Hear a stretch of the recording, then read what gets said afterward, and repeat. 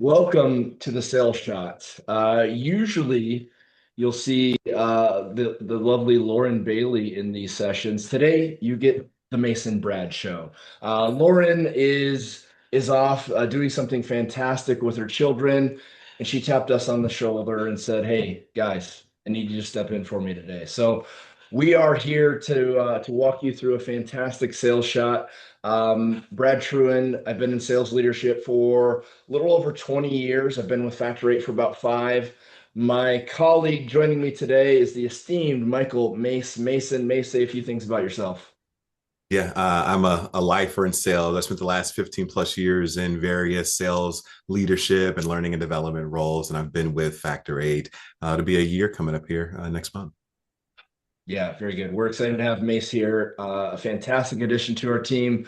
Let's dive in. We're going to get started and tell you a little bit about Factor 8 for those of you who have not been here before. If you're new, if this is your first sales shot, these are brought to you by Factor 8. And we started this company over 17 years ago. What you see on the screen are some of the clients that we've worked with over the years. And our mission overall is to help reps and managers love coming to work. When we feel successful, everything changes, right? We specialize in outbound phone sales, confidence building, and skill building, and deep manager training to kind of solve that shift from rep to manager. We've racked up a few awards over the years, and we really focus on the tactical skills that build confidence and fast wins. LB, Lauren Bailey, wrote the training, and we're going to cover a few topics that came out of that in this session today. Again, we're subbing in. If you just jumped on, not Lauren Bailey today. It's the Mason Brad show today. And we're going to talk about some of the upcoming workshops that we have. Hopefully, you like what goes on here today and you want to join us again. Here's a few other upcoming workshops that we have coming up in both March and April. We've got these sales shots that happen on a regular basis. They're 30-ish minutes. They're tip rich. We serve them up on a regular basis. They're focused around rep and or manager content. And the best part about them, they're free, right? You can jump on here with your team. You can send reps. You can send managers. Lots of different content that we cover here. And you can register below on the bottom part of the screen. You see there, factor8.com/shots will allow you to register for some of those future sessions. I want to talk about our fantastic sponsor today, Gong. We'd like to thank them for sponsoring today's session. You can power your entire revenue engine with the #1 AI operating system. Gong cuts down manual work, captures real buyer signals, and guides reps to action so more deals close and more sellers hit quota. Trusted by over 5,000 organizations, including 50% of the Fortune 10.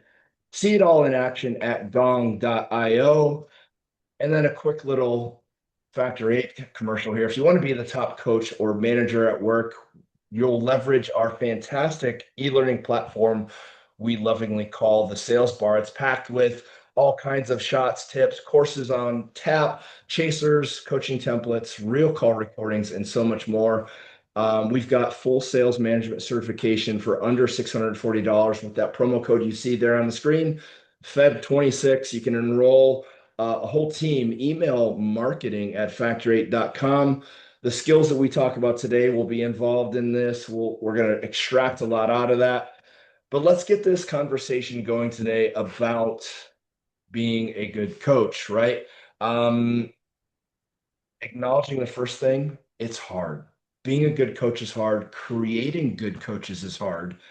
And as I say here on the screen, it's a difficult thing to do. There's all kinds of stats that point to this being the case, along with the painful part that overall, as a sales leader, we're just not always great at it, right? In fact, I made a list of the top 10 hard things as I see them in life.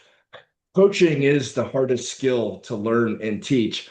It might not be climbing Mount Everest hard. It might not be quitting smoking hard. It might not even be getting my 6-year-old to go to bed at bedtime hard. But making former sellers into top coaches is not an easy thing to do. So why focus and emphasis on this whole coaching topic? What are the benefits? Well, good news. I Googled it. I typed in benefits of coaching, and here's what I found in the first few links. All these things are solved by good coaching, higher engagement, better employee retention, clarifies expectations, maybe not improve sex drive. We like to joke around here, but coaching solves for lots of things, right? The bar is high for good coaching. And let me pull up this screen to show you some of these guys who've set the bar pretty high. For goodness sakes, one of his name is Coach, right? For those of you who know Cheers, we're probably dating ourselves there. Coach, fantastic one. Mr. Miyagi, Mickey, Ted Lasso, and then of course Yoda. Utilize the chat. Drop some famous coaches in there that maybe we didn't have on the screen that resonate with you. Who are some of those great coaches that you know of out there that maybe we missed? I know somebody's going to say Bill Belichick. I know it. Coach K. I see Coach K. That's what I Coach was K. All thinking. That was right, my very good. first thought. I can endorse that one. Oh, Nick Saban. Polarizing, but great coach. Mace, anyone that you would say, hey, great coach, they're not on here. We did them an injustice. I mean, listen, the Zen master himself, Phil Jackson, right? If For you're a sure. basketball guy, that's a good I fitting one thought as you would well. say John Wooden, which I think Phil Jackson, John Wooden, good. All right, very. How John about Healy. John Healy? Oh, John Healy's a fantastic coach. Agreed, agreed. Um, yeah, some really good coaches on here and some good ones in the chat. Greg Ball says Joe Gibbs. Greg, you would say Joe Gibbs. I think that dates you as well, sir.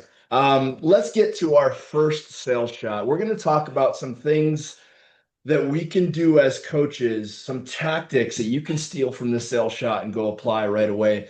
The first one is we've got to define it. There's got to be a alignment on what it is that we're doing. Because this next slide is a little painful. 76% of managers say that they're coaching regularly, yet less than half of the reps are saying that they agree with this statistic. We've got a pretty big gap here. As coaches, we've always got the greatest of intentions and we want to do well, but we're not always aligned on what coaching is and what coaching isn't, which creates this gap, right? Managers are spending that amount of time. I don't think that's a lie. But what it is interaction time, not necessarily coaching time. So we've got to define what these coaching interactions are. You see a definition on the screen. What I will always say and what we kind of profess here at Factor 8 is these three must-haves. It's got to be 1 to 3 people max. It must center around a live or recorded call, and there's got to be actionable feedback that is shared. If you're missing one or more of those things, we can't call it a coaching session. And if we can come to agreement that that's what a coaching session is, it will help close the gap of that statistic that I shared and really help us define what these sessions are so we don't have to play this game. That's not coaching, right? I'm going to throw a few phrases up on the screen. Throw a one in the chat if you say that's not coaching, a two if you think this is coaching. And Mace is going to be a fantastic guide to this conversation as well. First one. Hey, man, is that gong deal going to close? Mace, is that coaching? Brad, that's not coaching. Hey, dial me into that call. Let me help you close this. Is that coaching? Brad, that's not coaching. That's definitely not coaching, Mace. I agree with you. Hey, great call. You scored at 80% on the QA form. Mace, is that coaching? That's not coaching, Brad. That's telling. That's telling. It's definitely telling. You chat over to them. Hey, you sound great. Ask a question about budget. Mace, is that coaching? That's not coaching. Definitely not coaching. It's definitely not coaching. Those are interactions. We're going to talk more about how do we do better coaching, but the one word that we're trying to focus on here is recall. We're ultimately wasting time telling, teaching, or even coaching if they can't recall it, right? And to use it on the job, you have to be able to recall it. And this means telling them what to do, presenting, none of that is scalable. Those are one-way methods of communication. We need to give that back and forth interaction, the dialogue in a coaching session, which is a perfect segue into our next sales shot that Mace is going to run through. Mace, Yep. over to I've you. got asking versus telling. Sales shot number two. So leaders leaders that ask more ultimately are going to get more out of their conversations and their coaching with their reps, right? The best leaders today, they don't coach by telling, they coach by asking. And here's why. When you tell, you might get some agreement. You might get them to say, yep, I got it. I'll make sure to make those changes on the next call. But when you ask, now you're getting ownership. You're getting their buy-in. And ownership and their buy-in, that's what actually changes the behavior patterns that we're looking for. So if you're a leader and you've ever thought, like, I've told them 100 times what to do and what to say, this is actually why that keeps happening over and over again. You're doing the thinking for them. And your job as a coach, it's to pull the answers out of your reps, not push your answers onto them. So an easy way to tell is like, if your reps doing most of the talking in the conversation, Brett, you're probably coaching, right? But if you're doing most of the talking, just based off of Brad's activity we just went through, you're probably just teaching. And so when you coach, who's talking more, right? You are the rep. Drop a 1 in the chat if it's you. Drop a 2 in the chat if it's your rep. This is a safe place as well, too, right? So no judgment Nice. here. Jad says too. Kathy says too. Love that. Love that. That's what we like to hear, right? Now, if you are a 1 and you're doing more of the talking, here's a question you can steal today to use in your next coaching conversation. Okay. All right. Next slide, Brad. Yeah. All right, cool. Yeah, let's go here. So, oh, you went Sorry. back? Where are we going? Where you at? Tell me about a time. Oh, you were we're skipping back and forth. Where are we at? All right, right Sorry. here. All right. This is actually a breakdown of a coach catastrophe when you're doing most of the talking, but we're going to break down on the left side what most managers are doing. And that's basically, this is a list of observations, right? So things like you push past the gatekeeper, your intro was too long, you're feature dumping, you missed a buying sign. And even when those things might be true in that call that you're going over, that's not coaching, right? On the right side, this is how to speak coach in our language, right? So it's same coaching moment, but it's a completely different type of an approach. So instead of telling your reps what happened, you want to get curious about why those things happen on the call. So questions like you guys can see here on the slide, what made you decide to skip over the gatekeeper? Or how did the DM react to your intro? Or what were you hoping these features would accomplish in that moment, right? The trick is to think of your reps like you think of customers. Like when you're selling, you don't win by telling or lecturing your prospects. You win by asking and doing discovery, right? Uncovering the wants, goals, and needs. Coaching is really the same thing. So what you want to do is you want to uncover what they heard on the call, what they were thinking during that conversation, and what they do differently the next time. Because if your reps can explain their thinking, then you can actually change that, right? And here's a couple more questions for you guys, right? The first one is, tell me about a time you had to do something similar. And this is a connect type of a question. This is going to force them to pull a real example from memory. And now you're coaching their actual experience, not just theory. I actually stole this from Tony Robbins. He does a really great talk on taking something from a past experience to help you learn a new skill. And then the second question that you can ask is, let's practice this. Do you want me to be the rep, or you want to be, or the customer, right? And this is again that practice piece, because if they can't say it in the coaching moment, they're probably not going to be able to say it in the real moment either. And the great thing about this is it doesn't have to take 10 minutes, Brad. This could be 60 seconds, right? Let's say they're struggling with their intro statement or a brush off. Model a 15-second intro practice, try it a couple times, give them a couple redos, and then they're done. And here's a news flash for us, right? We as adult learners, we don't improve by being told what to do. We actually improve when we're connecting it to something real, and then we rehearse the better version of it. Again, going back to that Tony Robbins line there. And with that, Brad, it's your turn to take another shot, I think. Perfect. Sales shot number 3. Like the great wise Curly from City Slickers taught us, the key to life and recall from coaching is just one thing. Multitasking doesn't work in self-development. Critical coaches focus on one thing: action plan with commitment and follow-up.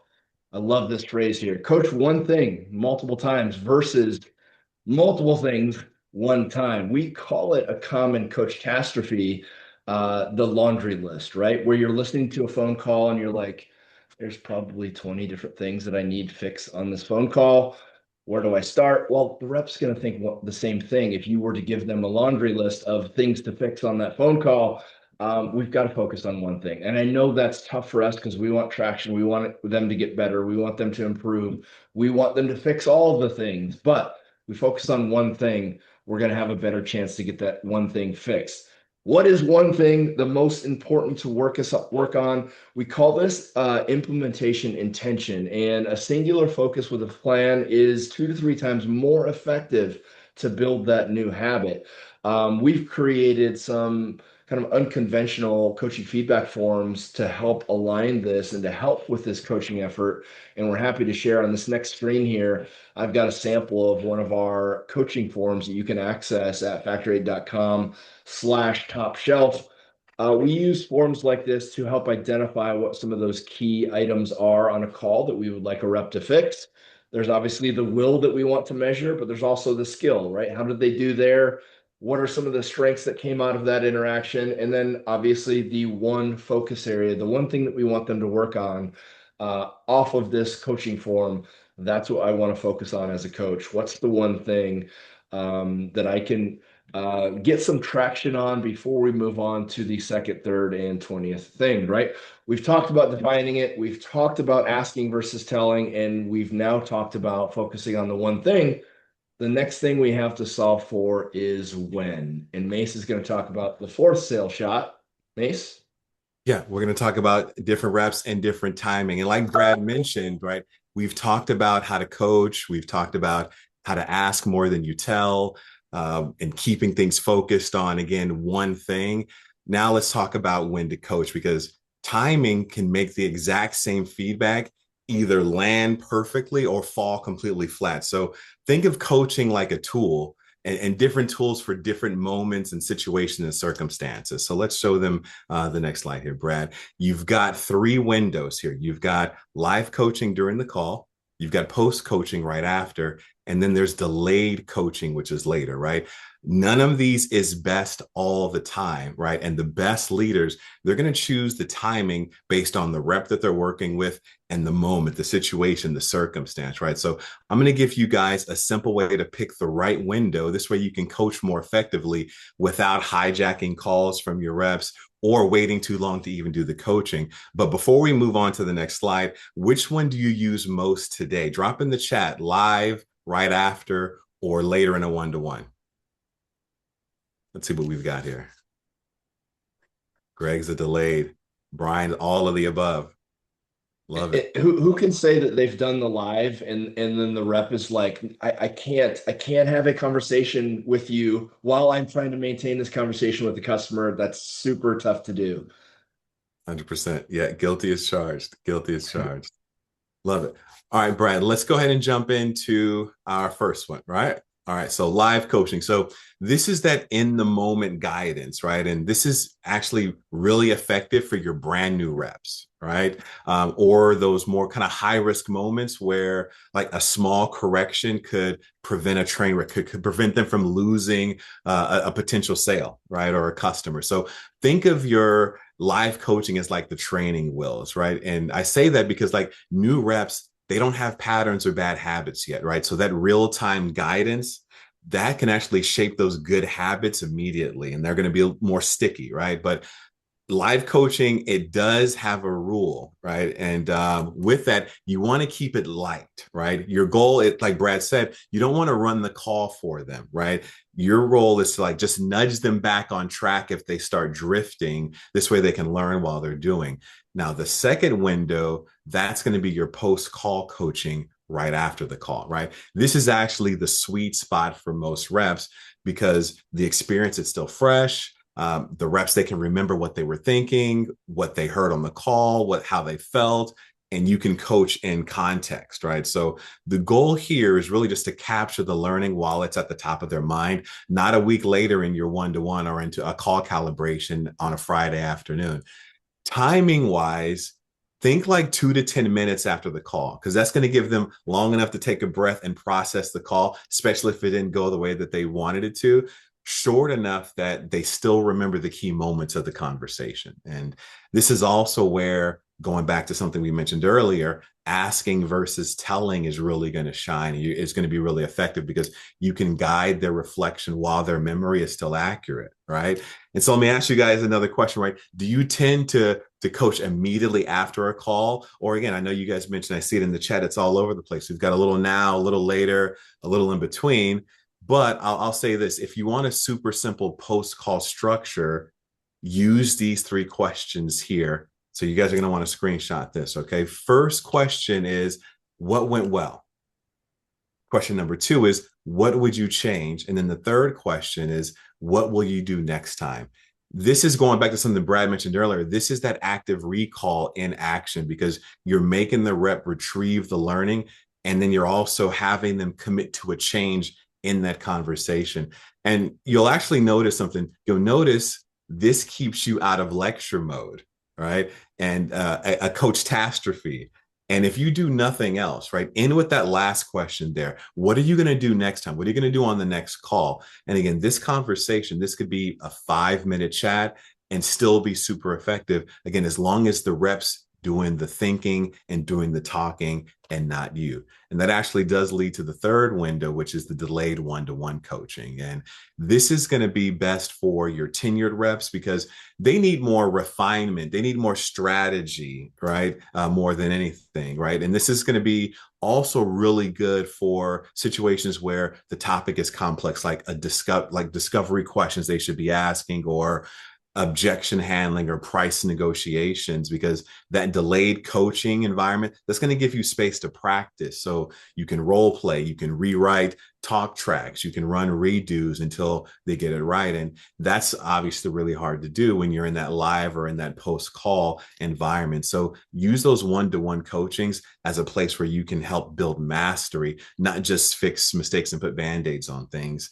And then lastly, here's a cheat sheet and a recap of the 3 things. This way you guys can, again, screenshot this and implement if you're not already. So again, just to recap, with your new reps, coaching is going to be most effective live and post call because they need that immediate feedback and they need fast repetition so that it gets real sticky.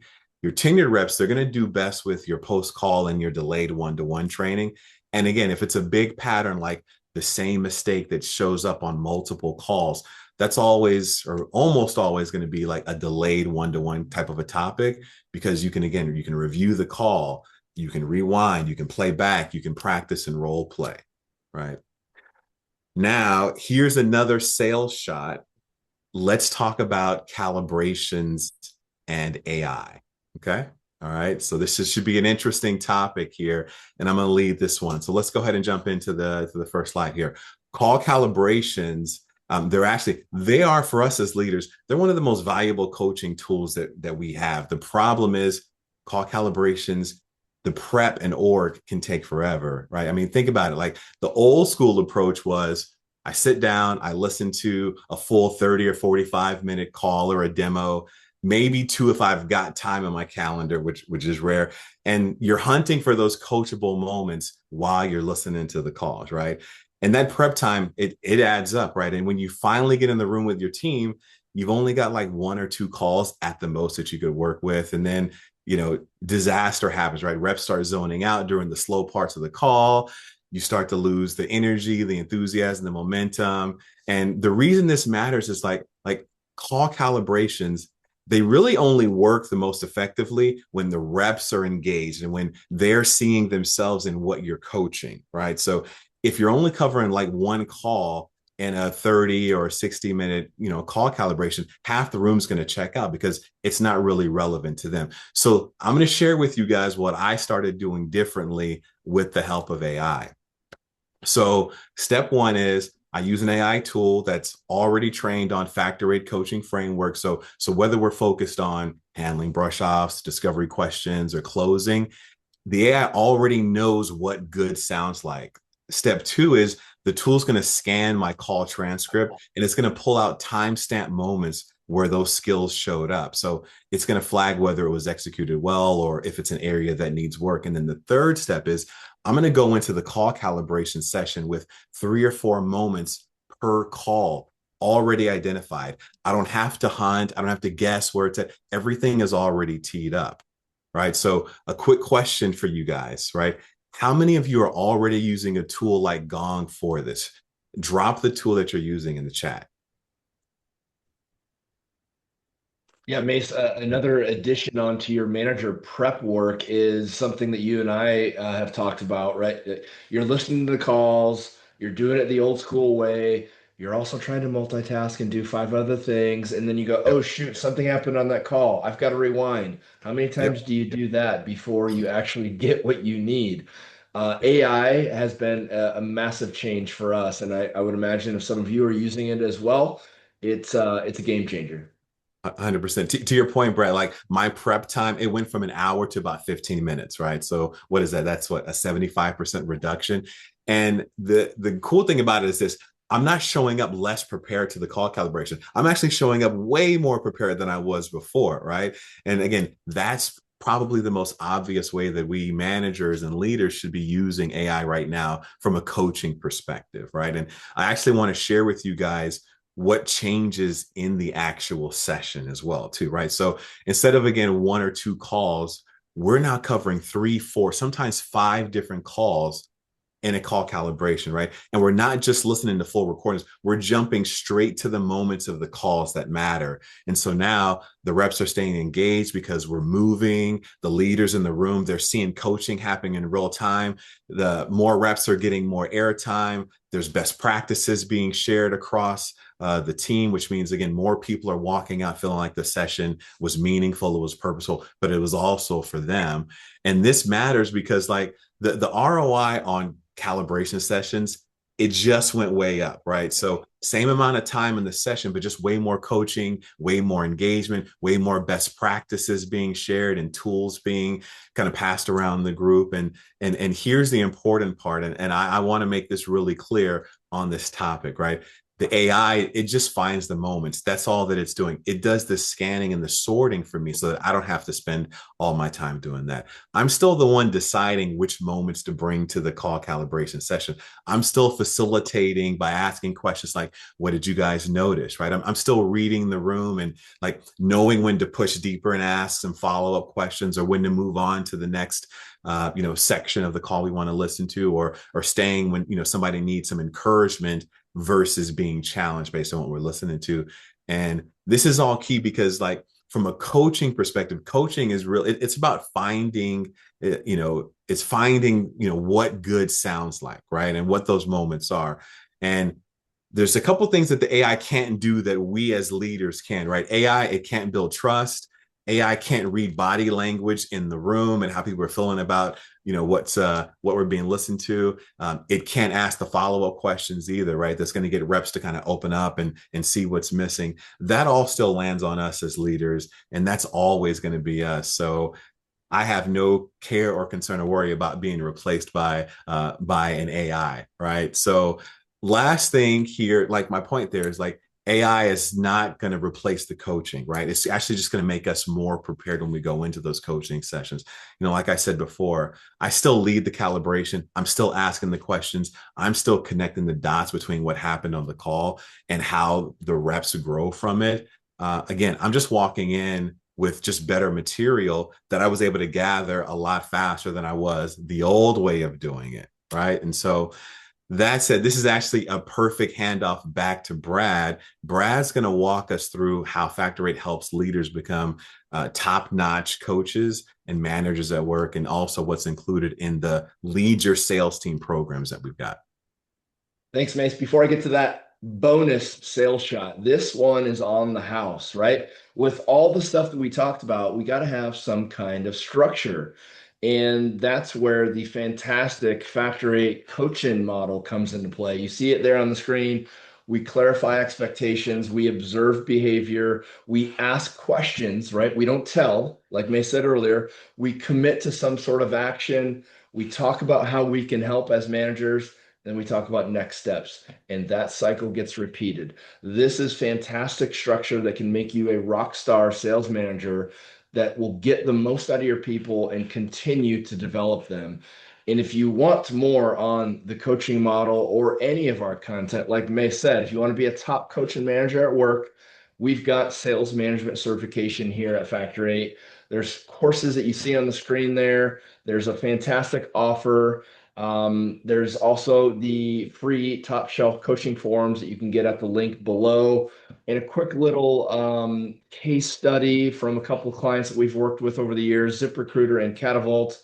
Some really awesome results that we were able to help those companies achieve with some of our training. And lastly, one other quick mention of our fantastic sponsor, Gong. Gong allows you to coach and enable your go-to-meeting organization at scale with AI call reviewer and AI trainer. AI call reviewer evaluates rep call performance to help managers quickly surface coaching feedback and up-level their teams. AI trainer, which is something that's coming soon, simulates realistic sales scenarios so teams can practice winning techniques, and you can meet all of Gong's AI agents at gong.io. Mason and I are going to stick around. Should anybody have any questions on anything we covered here today, we hope that you got at least one thing that you can walk away from this session, one tip, one bit of wisdom that you can go allow to make yourself a better coach or make your team better coaches. We're here to connect. There's other sales shots that we'd love to see you on in the future.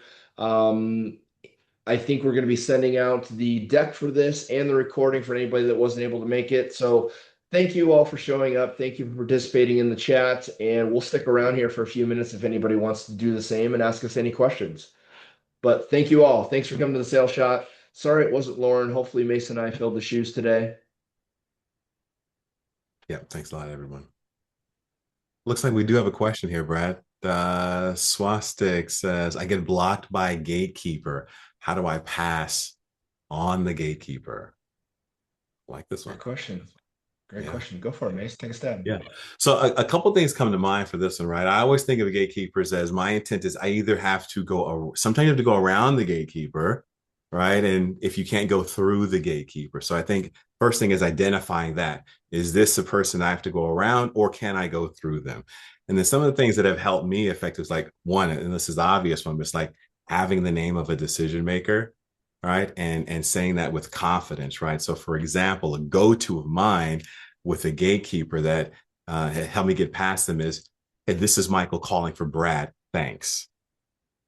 So a very direct statement and taking on the qualities, the characteristics of the audience that I'm trying to get to. So if I'm trying to get to a C-level executive, director, a VP, I want to use tone and language that kind of mirror and matches that in my statement to that gatekeeper. So that's one of the tactics that I've used to get past the gatekeeper successfully. You have any thoughts, Brad? Anything you've used? No, Mace, I totally agree with your feedback there. I would also say, what information can we learn from that person, gatekeeper or otherwise, whoever it is answering the phone? Could I potentially learn some information that would help me in those future conversations that I want to have with those other folks in that organization? That's something I've always coached to is get everything you can out of every phone call. And, maybe that gatekeeper knows something that could be helpful to you in a future conversation. So, yeah, they're by title, their job oftentimes is to keep you from getting places you want to go. But I would also say I know a once wise leader said that oftentimes they're just there to put people in the right place. Like, oh, you need to go here? Perfect. You need to go here? Perfect. Here we go. Um, I I would say that the true gatekeepers you only run across a sliver of the time, the folks that will not allow you to have certain conversations. So it's a little daunting when you get those folks on the phone because you're almost portraying or projecting onto them that, oh, they're supposed to stop me from getting where I want to go.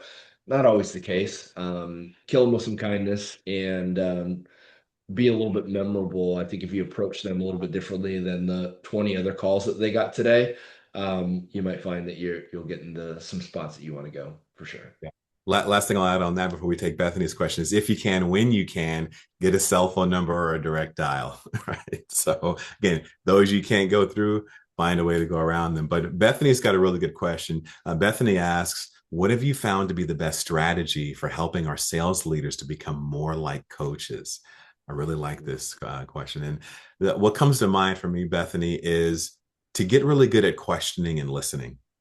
That's my go-to. I feel like the best coaches, they're asking the who, what, when, where, why, how questions in that coaching conversation, and they're doing more listening than they are telling. Right? It goes back to the whole concept we mentioned in the webinar here is asking versus telling. So it's just getting comfortable asking the reps questions and giving them the floor to explain, what they think went well, why they did what they did, what do they think they need to continue to work on, what they're going to do differently on the call. And I know that can feel kind of counterproductive. Maybe it doesn't necessarily feel like coaching, but once you get comfortable with asking the questions, you'll find that your reps will actually, they'll come up with the answers that you were going to give them anyway, but there's more ownership because it was their thought, their idea, not yours. And so that's my biggest advice for becoming more like a coach is asking more questions